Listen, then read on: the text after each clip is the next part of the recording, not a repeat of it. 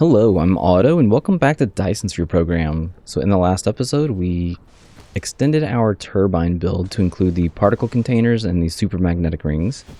I also said that when we got back to this planet that we would need to limit these, and we have gone ahead and limited these to 5 stacks each. Reason why is because we are bleeding through our turbines, so we definitely need to limit some of these. I'm actually going to limit this one to like 1 or 2 stacks. I probably should have done that earlier and set it up like that, but whatever, it is what it is. So we also extended the iron for our smelting area. Added onto that because we have bled through our starting iron. We also bled through our starting copper, which I've already gotten rid of, so that is a non-issue now. If we needed some more copper, we could definitely add onto it here. We might need to do that soon. I have also added on to the power, which I did before we went back to the second planet. And as you can see, man, I really piled these miners in here. Okay, so what else did we do? I also, if you remember at the end of the last episode, we were having problems with our science, and what had happened was we had completely run out of titanium. So whenever I came back to the planet, I brought some processors, some silicon, and some titanium back with me.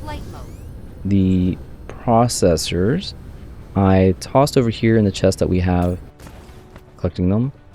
And actually, we can extend this a little bit. So we're gonna set this up so that these two can also go into the chest.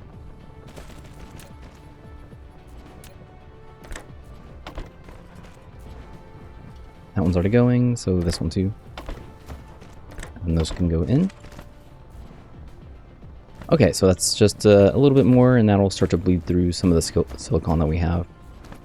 So I've also limited these chests. Not all of them, but most of them. So I have made it so that they cannot create anymore, but we do have storage for them. We are eventually going to remake our mall to make it, let's say, just a little bit different.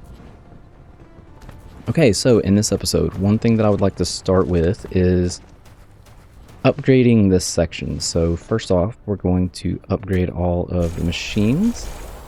That way we can start producing all of this faster. And we need to finally start crafting the Mark III belt. So we also need to upgrade these sorters, actually.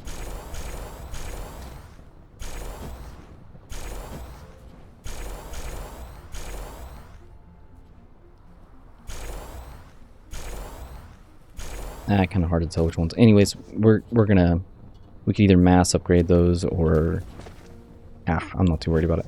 Okay, so what do we need for this? We need the supermagnetic rings and we need the graphene. So I have a few of those on me, so I'm going to toss those in and limit these. And I'm also going to toss the logistics distributor on top. I didn't catch the other one, but if you have the item already in the chest when you put the logistics distributor inside, unless there's multiples, you will not have to filter this. So we're going to request in, and this one is also going to request in. This was the supermagnetic rings. Make sure to limit to 1 stack. And then we also here, so we need to, I'm going to drop this down to 1 stack. So I'm going to pull these out, and the reason why is because we do need to leave a filtered stack here for the Mark II belts, and we are going to add in filters for the Mark III belts. Unfortunately, we can't just copy and paste these. You have to middle mouse click every single time. It is what it is. So we're going to go with like 3,000, and then we're going to open this back up to those. And then I guess if you really wanted to, like if you had too many of the belts, you could toss those back in. Not a big deal either way. And for some reason I have a single copper on me.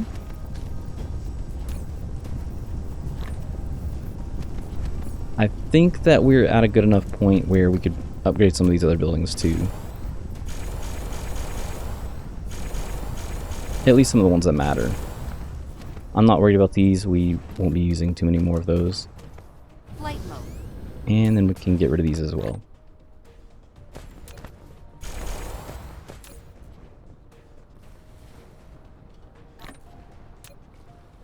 Oh, that was something else that I did. So I opened up the storage for both the Mark II assembling machine and the smelters. We are going to be, we're going to need a lot of those soon. So better to have enough now rather than not have enough later. Okay, so there's a few things that we need to do in this episode, and at the end of this episode, I will kind of go over what the mid-game is going to start to look like. But for now, we need to do a little bit of prep for the mid-game. So we need to make some logistics drones, and we need to make some interstellar logistics vessels. We also need planetary logistics stations and interstellar logistics stations. So these two we're going to hold off until later. But for now, if we look at these two, so this has iron. So this needs iron, plates, processors, and thrusters. And for the thrusters, we need steel and copper ingots. So we craft one of these every 4 seconds, and this one needs 2 every 4 seconds. So it just so happens that this is a we need 2 builds to make the thrusters to supply the logistics drones with 1 every 4, or to be able to craft 1 every 4 seconds. And then if we look at the interstellar logistics vessel, we need 2 thrusters every 6 seconds. This needs titanium alloy, which we do not have, and processors. The thrusters we need 2 every 6 seconds, and this one creates 1 every 6 seconds. So we will need 2 of these as well. And then additionally the titanium alloy and some turbines.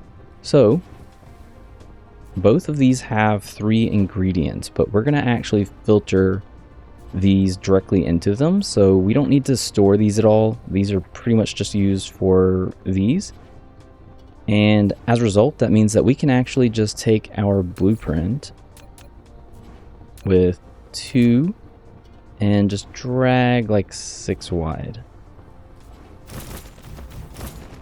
And then I'm going to upgrade these.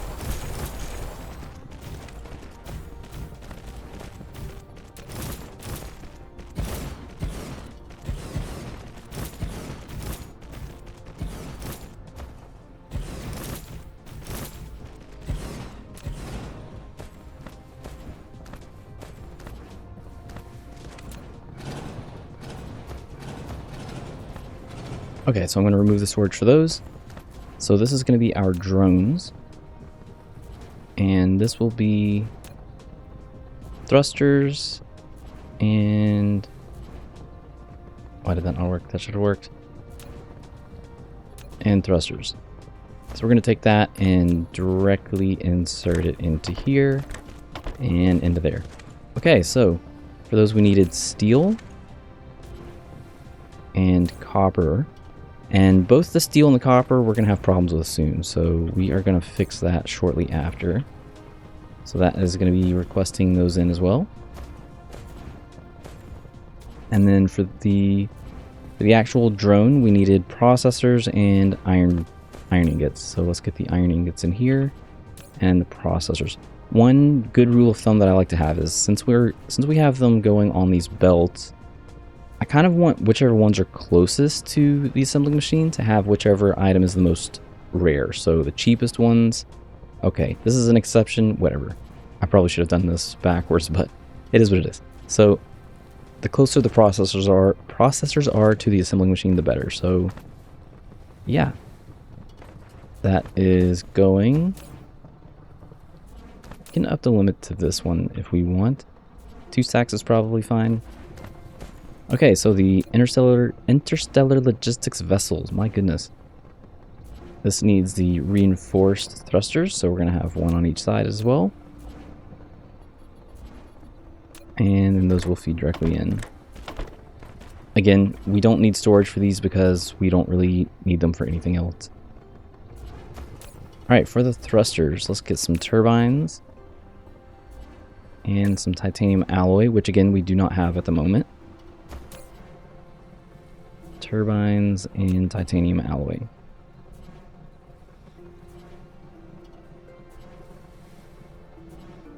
The vessel needed titanium alloy and processors, so let's go with processor. Let's go with titanium alloy first, because we're going to have that being crafted on this planet.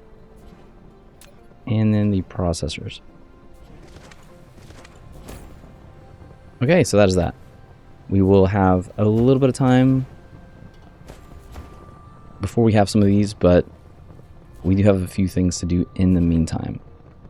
Okay, so next up, we need the planetary logistics station, which has 4 ingredients. We are also not going to have storage for this one, even though we're going to be using the, okay, we're going to have storage for it, but we are not going to request in any of them for the interstellar logistics stations. So we're just going to have the ILS be 2 ingredients. We will direct insert for this one, and then we will have separate storage for this one as well. So this one has 4 ingredients, so we will need all 4.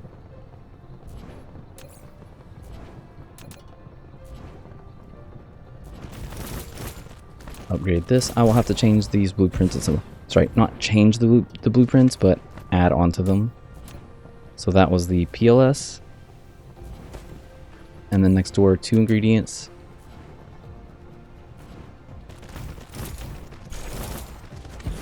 For the ILS. And then we are going to request in there.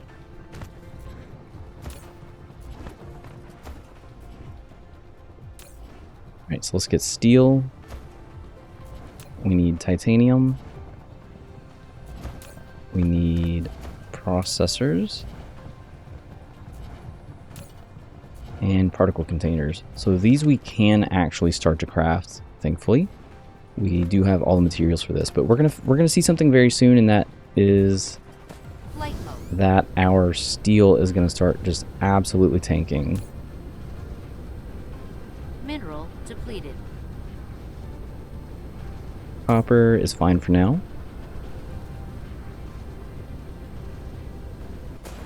Alright, and then the PLS needed titanium alloy and particle containers. Yeah. Particle containers. Alright, one last thing. I would like to craft some pile sorters. So this is a 3 ingredient. I don't think I placed anything over here. I did not. So we need to make the... Oh, and we need to open this up too. So I'm going to open this all the way up to allow all 6 of these stacks to come in.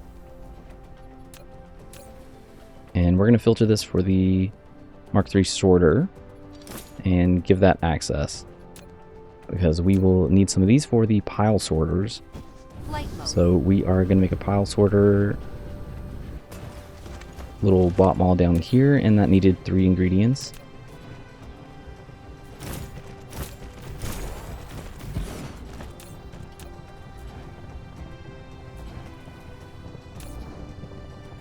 Alright, so we're requesting in Mark III. We need the super magnetic coils, and we needed processors. We're also going to increase the stack size, or the limit for this. So I want, let's say upwards of 4 stacks. So the idea, so we're pretty much going to start almost exclusively using the pile sorter for anything that we are producing. Any of the ingredients could use the Mark II or Mark III sorters. So we will probably have inputs use Mark III sorters, and the outputs use the pile sorters. And the reason why is because once you get into unlocking more of it, which we actually need to do because we now have node technologies going, you can have the pile sorter actually start to stack cargo on top of each other on the belts. So this will make our belts that we have not even started using yet, the belts that can move 30 items per second. Once we get to the point where it can stack up to 3 or 2 times, it can load 4. Okay, so it starts here. This allows us to stack up to 2. So that makes it so that we can effectively move 60 items per second. And then it gets up to 3, so we can load, feed out 3 stack per second, so that's 90 per second. And then lastly, 4 stacks, so 120 per second. And that is kind of the peak of this game. It will visually be different on the belt as well. So instead of having these single blocks, you'll actually see them stacked 4 high.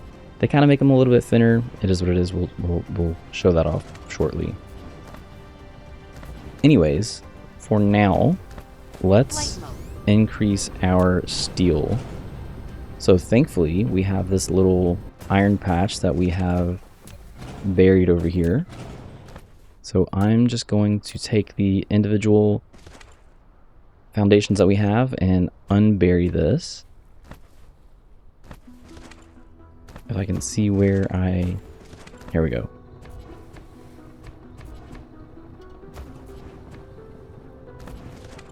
If you use foundation over foundation, it does not charge you for the foundation. So that is a good rule of thumb when you are kind of going back over the same areas, or if you want to recolor an area. You have, let's say the whole planet is mapped out in foundation, which takes a lot of foundation, by the way. You can recolor it for free basically, so that is good to know. Alright, so we are going to set this up so that we can extend our steel. And we don't really need that much. Like this would be fine, let's say on both sides.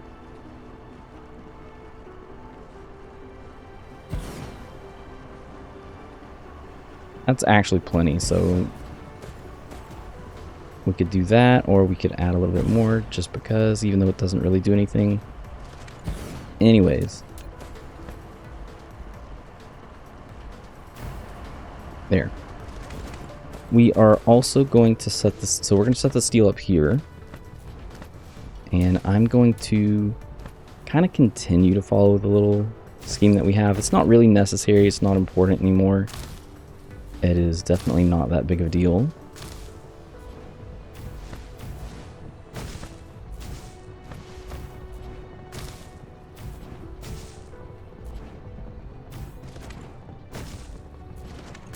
Actually, you know what? Let's just be done with it.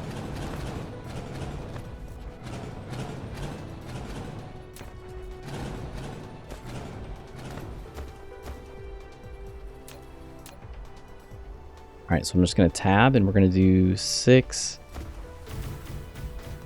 and 6. 6 and 6. So we're going to have incoming ore here. We're going to have incoming ore here. And we're going to have outgoing steel in the middle. So this is going to be iron. And steel. Steel. And iron.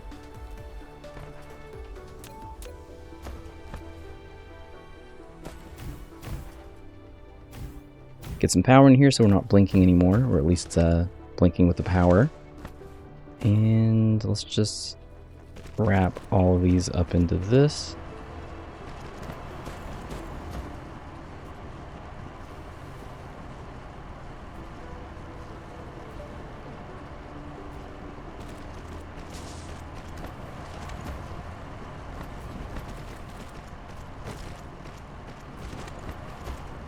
Something like that.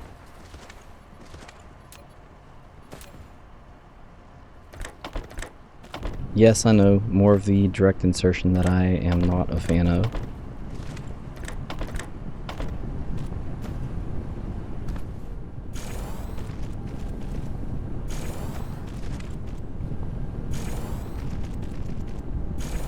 Okay, and we now have extra steel. We are going to definitely need that steel. Well, as you can see, the line is a bit little shy at the moment. A little shallow. So that is definitely going to ramp up the steel, and we will need that quite a bit more of that when we start dealing with the titanium. So we're going to deal with the titanium next, but I also know that we are going to have a little bit of problems with our whatchamacallit, with the copper.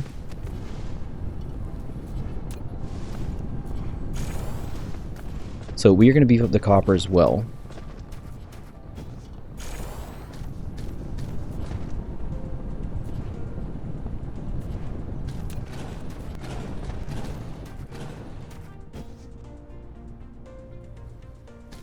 Okay, so let's just extend that a little bit, and we are going to add in, we have room for 3 or 4 more.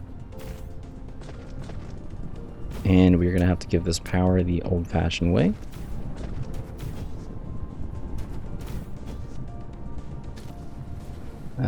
Now this does not have power. And we are going to need some more copper, so let's upgrade that belt, and then we can add some here.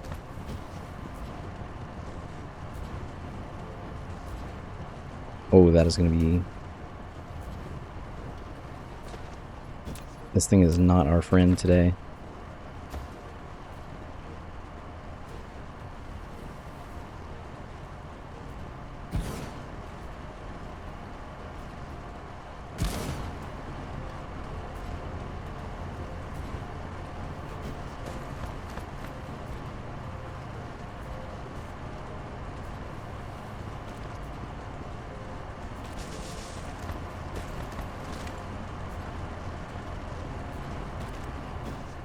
Okay, there we go. Copper is now going to be good to go. Flight mode. Steel is good, so that is beefs up a little bit. We also could extend this a little bit more since we did this more narrow build. We could add onto this if needed, but I think that should probably be fine. Okay, so let's look at titanium. So thankfully, I left a little bit of space here for some titanium. And we're just gonna, let's...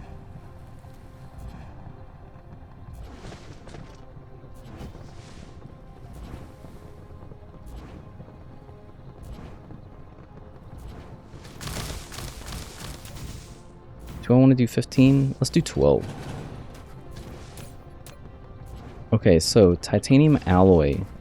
So we need titanium, we need steel, and we need sulfuric acid. So the sulfuric acid we have over here, but we do not have a way to get it over here with bots, and we're going to be botting all of this in. It is a pretty temporary build. We won't need too much more.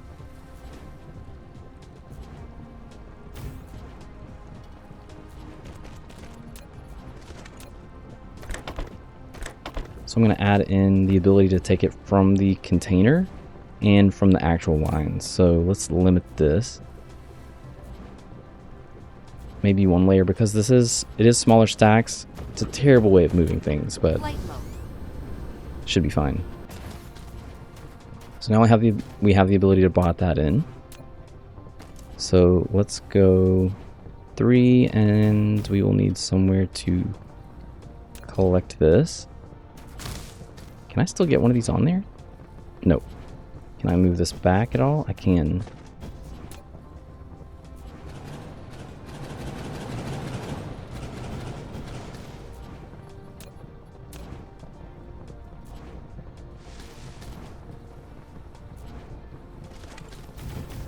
Alright, let's see if that helped us out at all.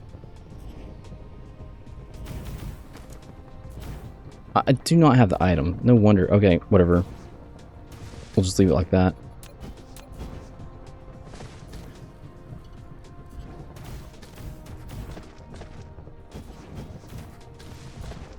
And we are going to need some power in here as well. Alright, might as well just fill it up.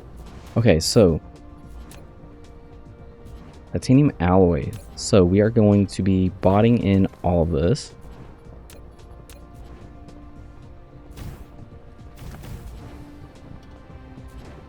Alright, so sulfuric acid. And that is a request in. Sulfuric acid, and let's limit this to... let's do the same. We'll do 10 rows. We also need to request in steel. We're going to do maybe 2 rows. And the other one was titanium. Titanium is definitely going to be a problem. So once we start getting in the ILS, one of the first things that we're going to do is go to the other planet and start collecting the processors, the silicon, and the titanium that we have over there. That is most certainly the priority. Okay, let's limit this to 2 stacks. This is all good. We did not request in.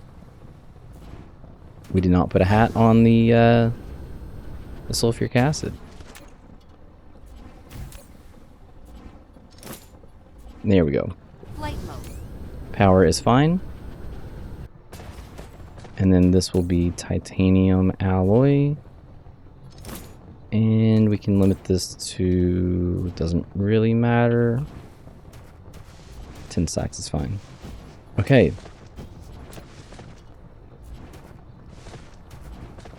We need this in, we need steel in.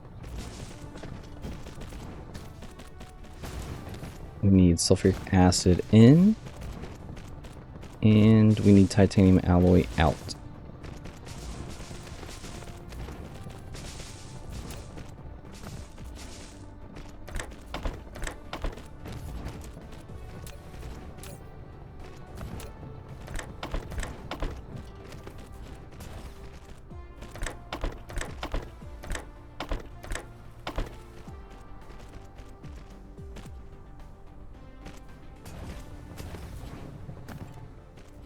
This is the only recipe that actually needs more than one item from the smelter, so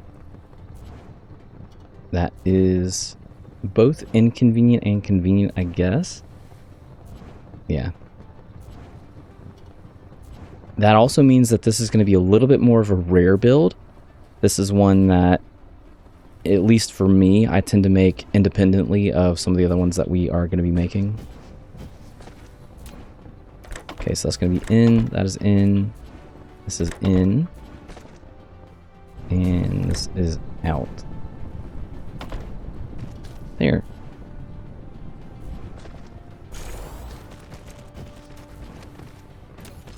Trim off the edges.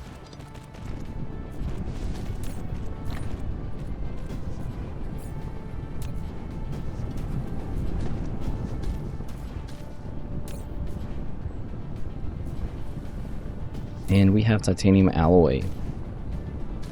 Okay, so let's go back over here and see how this is going. So we have a decent amount of those. We should start getting in some of this now. Mineral depleted. Okay, we have a few of the planetary logistics. Now we just need the alloy. Okay, so I am going to let this work itself out for a bit. I'm going to keep an eye on this.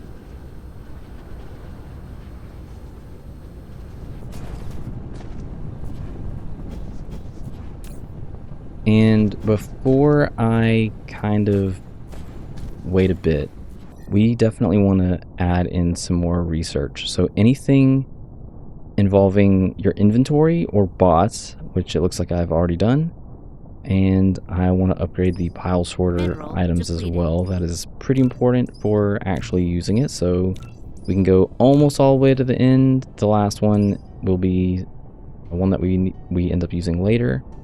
Also, if your bots are not working, you might want to check for the range here. So I'm going to add that one in as well. Oh, and vein utilization. How did I miss? That should have been one of the first ones that I added. So I haven't talked much about vein utilization. I will probably talk about it later, I'm hoping. The idea is that, okay, I mean, it gives you faster mining speed, which you can see over here on the right. So every rank you go up gives you an extra 10% mining speed. That means instead of 2 miners with 6 nodes mining 6 items per second, it would be an extra 10%, so 6.6 per second. Upgrade. And then for the ores, ore loss per mining operation, it reduces it by 6% each time. And it's not like it reduces it by 6% and then the next one would be 88. It the way that it actually works is it takes first 6% less of the 100%, and then it will take 6% less of the 94%. So that basically means that over time, it won't 100% reach zero, but it will actually, it'll get pretty close. Okay, so now we have 10 of the ILS and 10 of the PLS. So we're going to take these and I'm going to look at kind of what we're going to be dealing with potential builds that we might be using in the future. But before I do that, we're going to talk about the grid spacing just a little bit and why it matters. So if we hit Control C, oops, that way we can visualize the grids a little bit better. I'm on this like meridian. So at the end of our bus, I'm going to the first major meridian that we come across. This one is kind of in the middle of our build. So I'm just looking for the line that goes kind of down a hard line. And whenever I say hard line, I'm referring to like this square here would be a hard line. Or this is a hard line. This is the grid that we've been using the entire time. And then the intersections or squares within this would be like soft lines. So that's kind of what I'm referring to whenever I say hard line and soft line. So I'm on this hard line meridian. And the reason why I refer to it as a hard line meridian is because using this one as an example, you can also kind of see that as this comes down, we have right here what appears to be a little bit of a soft line meridian. So this is a hard line square here. And this would be the soft lines in the middle. So the same thing here, you can see a hard line square here. And it just makes it easier to line up if you start on one of the hard line sections. Not that it really matters, but I mean, it matters a little bit. So I'm aiming for, okay, it does matter. I'm aiming for this hard line meridian. So that's my starting point. So if we go up to the first Arctic ring, or the first ring that has two soft line squares, you can see this one has 3, this one has 3, this one has 5, and 5 soft line squares. Or the first one that has one full hard line square, you can see that there's another line here that also goes through hard lines and will actually go through the entire planet uninterrupted by the tropic lines all the way till we get to the second, or the same thing, the first Arctic ring, Arctic circle that has a full square or 2 soft squares in it. And the reason why this is important is because if we map this out, so that gives us 1, 2, 3, 4, 5, 6, 7, 8, 9, 10 sections. And the reason why we look at it like that is because this is the same section here, which covers 1, 2, 3, 4, 5, 6, 7, 8, 9, 10 squares in the center of the planet. Now, why is that important? Well, let's take a look. So I'm going to drop a PLS here. And then we're going to kind of use the poles, the Tesla towers, Tesla poles, as kind of like reference points. So the reason why this matters is our best belts can move 30 items per second. So if we have a belt coming out,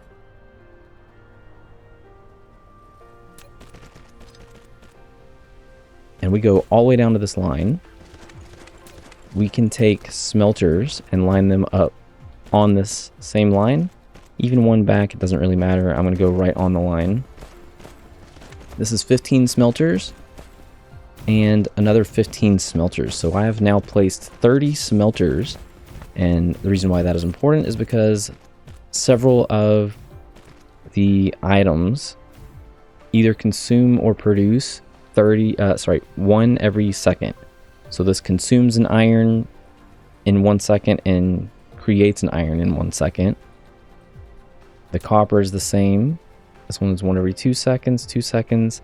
This one is also a 1-to-1, 1 second. So you can kind of start to see that there's a little bit of a pattern with some of the earlier ones.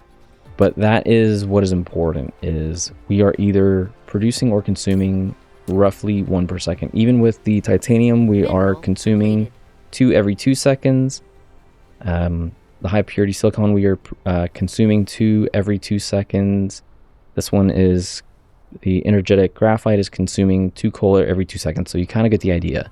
We can move 30 items per second, and this just works out. And that is the main reasoning behind using a grid like this. We can also use, let's say, that same grid in half segments. So I would go 1, 2, 3, 4, 5, and take up basically the same amount of space. 1, 2, 3, 4, 5. So we can have smaller builds in this same grid if they were, for instance, I don't know, assembling machine types of builds where maybe we don't need a lot. Well, you can use these little half sections. Or let's say we did need a lot, but they produce really fast. Like, for instance, the circuit boards produce 2 every 1 second, and the magnetic coils produce 2 every 1 second as well. So we might want some really small builds for those. Okay, so now let's talk about some spacing and other things. I am running out of power. Oh good, I have extras. Okay. So if we use that same kind of grid, you can kind of see that while we have 10 spaces, 10 hard squares, 10 hardline squares worth of space in this direction, when we get to from the tropic line, which is here, to the equator, which is here, we have 1, 2, 3, 4, 5, 6, 7, 8, or 16 of the soft line squares. The reason why this is important is because of spacing. So with the PLS, you can fit 4 of these in that space. 4 of them in between the tropic line and the equator. And then on the other side of that, you could have one there, and on the other side of this, you could have one there, and they would not interfere with each other. However, whenever it comes to the larger ones, we cannot place them in the same positions, as this is too close. The closest that we could place it would be here, but that is not going to work out for us. So what a lot of people will do is they will take up, let's say, 6 of the soft line squares, or place this directly in the middle of the second hard line square in, and then do the same on this side, and then kind of split the difference. Now, this is one of the most common ways of doing it. I'm personally not a fan of doing it this way, and the main reason why is because while this has 6, let's say, soft line squares worth of space, that overlaps with this one's 6 soft line squares worth of space, and then this one overlaps with this one. So it's very difficult to come up with very specific builds. Not just that, but if you use the same kind of grid that we've been using, mapping this out is actually really simple. But you will see that once we get into these sections over here, this one in the middle has a Tesla tower in the center section, and the other 2 on the sides do not. So that means that any builds that you make have to kind of predetermine and have its own placement for the power poles. We wouldn't be able to just use a grid like this.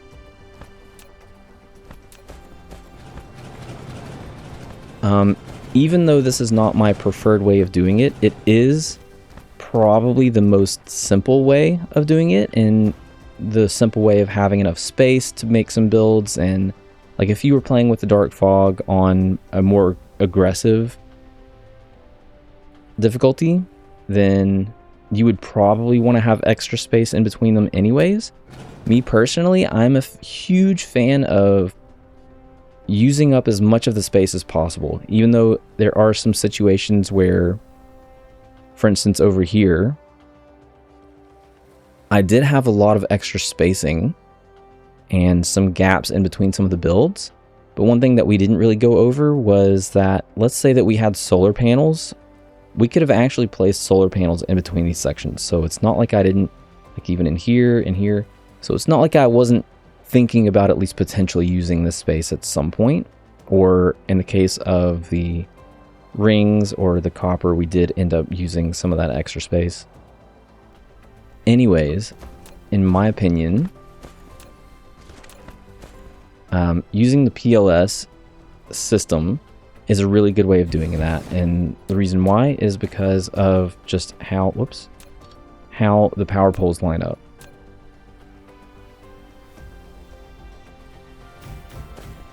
So we can use that same grid, and you would see that the power poles all line up right in the middle. The downside of doing it this way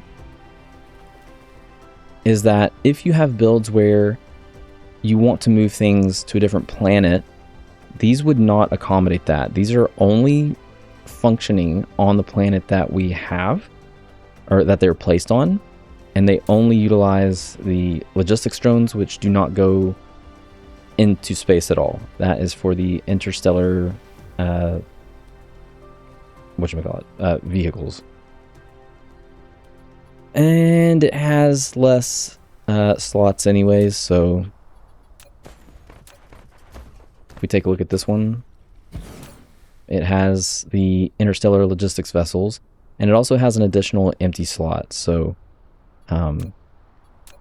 it is generally preferable to use the ILS, because if you were to just use these, the chain would, let's say, it would be to like bring in, I don't know, let's just use iron. Bring in raw iron into an ILS, transport it to a PLS via drones, craft the item, put it back into a PLS, and then transport it to another ILS via drones to then ship it off site. Whereas if this was just an ILS to begin with, you could just bring it in here and ship it out from here. So this way, I'm not a fan of doing either. And again, to kind of mention, we are going with the easier version of kind of having these a little spread out, just because, like I said, it's easier to follow. But I do at least want to show my preferred way of doing this. So what if we could have all of these line up exactly the same and still have all of that awesome functionality of the PLS? So what I'm like, for instance, having all the Tesla towers line up, having this nice little grid painted out for us where we could just use it and that's good to go. The way that I would like to do this is having it be staggered. So 1, 2, 3, 4, 5. We can actually set them up with that same PLS kind of structure if we were to have them like this. The power poles would just all line up like little ducks in a row, nice and workable grid.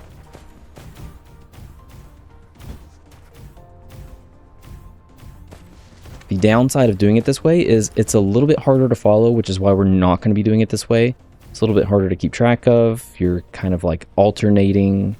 It also generally doesn't leave anything, like it doesn't leave you any room for anything extras in between. So if you needed like the planetary shields, or you needed some kind of defenses in between some of your builds, you needed, I don't know, the rows of solar panels for whatever reason, it doesn't allow you to have anything else in between the spaces. It utilizes a lot more of the planet's surface.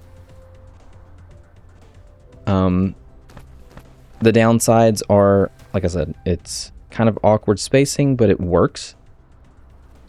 It also creates, since you're using this little gridded outline, like this 2x2 section, and forcing yourself to kind of utilize that little area, you'll actually also find that these builds work in so many of these sections. Like, you would be able to fit 2 wide builds in this section here, side by side, and then you would be able to fit builds in these rings as well.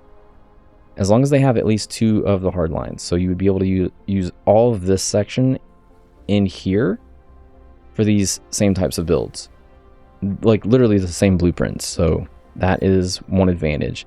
Another disadvantage is the more of the surface area of a planet you have, the more of a strain it's going to be on your graphics card, I suppose, when you are on that planet.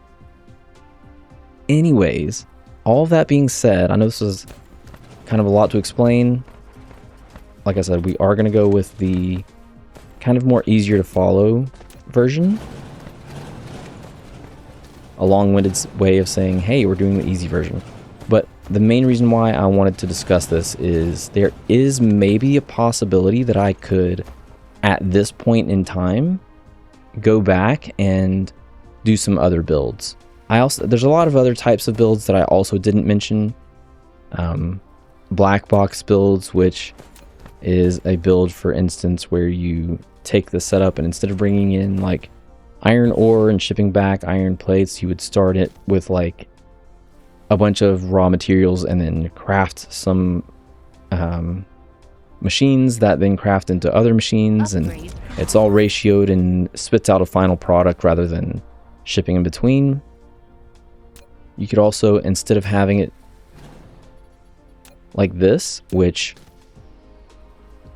as you can see on the bottom of it, it has 3 separate sections, or on all 4 sides it has 3 sections where belts can go into and out of. Some people also like to kind of like split the difference and say, okay, I'm going to build it here. That way I can utilize the belts on this side, I can utilize the belts on this side, I can utilize the belts on the top to go out this way and the bottom to go out this way.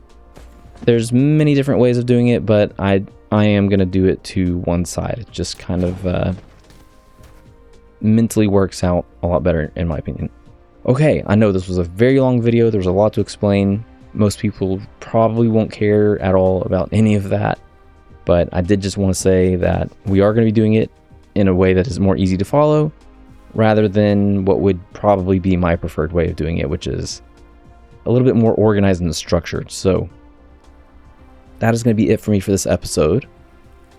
If you would like to maybe watch me, or not watch me, if you would like to maybe have both versions, so we are going through the entire game first with this easy to follow guide. If you would like to see maybe some more complex builds later, I am only going to take this version up to beating the game.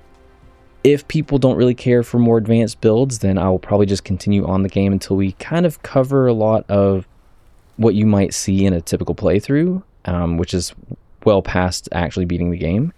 Or I could also come back to this point in time where we are entering the mid game, work out some more complex builds, maybe some more like builds that will stand the test of time and be upgradable all the way to the end of the game, that type of thing. A little bit more structured, a little bit more tightly packed.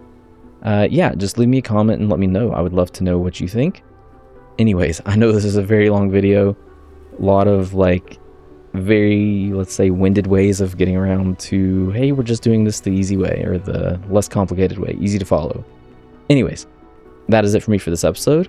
I will see you in the next one, and thanks for watching.